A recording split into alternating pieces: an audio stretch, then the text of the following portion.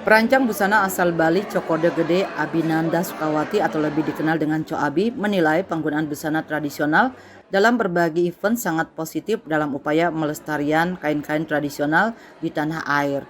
Penggunaan busana tradisional digalakkan oleh berbagai komunitas, salah satunya komunitas Cinta Berkain Indonesia (KCBI). Di samping akan melestarikan keberadaan kain tradisional, hal ini akan memberikan multiplier efek bagi UMKM lokal. Namun dalam penggunaan busana tradisional, khususnya busana adat Bali, Co Abi mengharapkan masyarakat memahami pakem-pakem yang berlaku, mana yang boleh dimodifikasi dan mana yang sama sekali tidak boleh dimodifikasi. Karena saat ini menurutnya terlalu banyak modifikasi yang bertentangan dengan pakem pakaian adat Bali.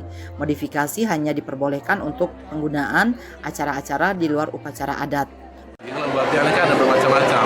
Kalau kita memodifikasi supaya tetap kelihatan pakemnya, ada juga kiat-kiatnya. Tetapi ada juga modifikasi memang modifikasi untuk kesempatan yang lebih internasional, bukan arahnya ke upacara adat.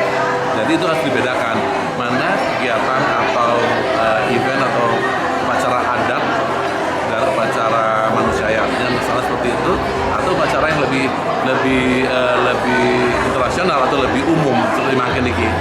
Jadi itu harus sudah ada batasannya.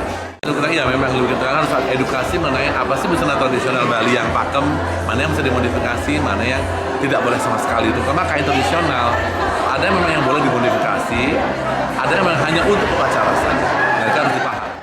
Lebih lanjut, Co Abi berharap penggunaan kain tradisional Bali bisa merambah semua lapisan masyarakat sehingga busana tradisional Bali tetap lestari dan semakin dikenal di kancah internasional. Eka Yana, Bali TV.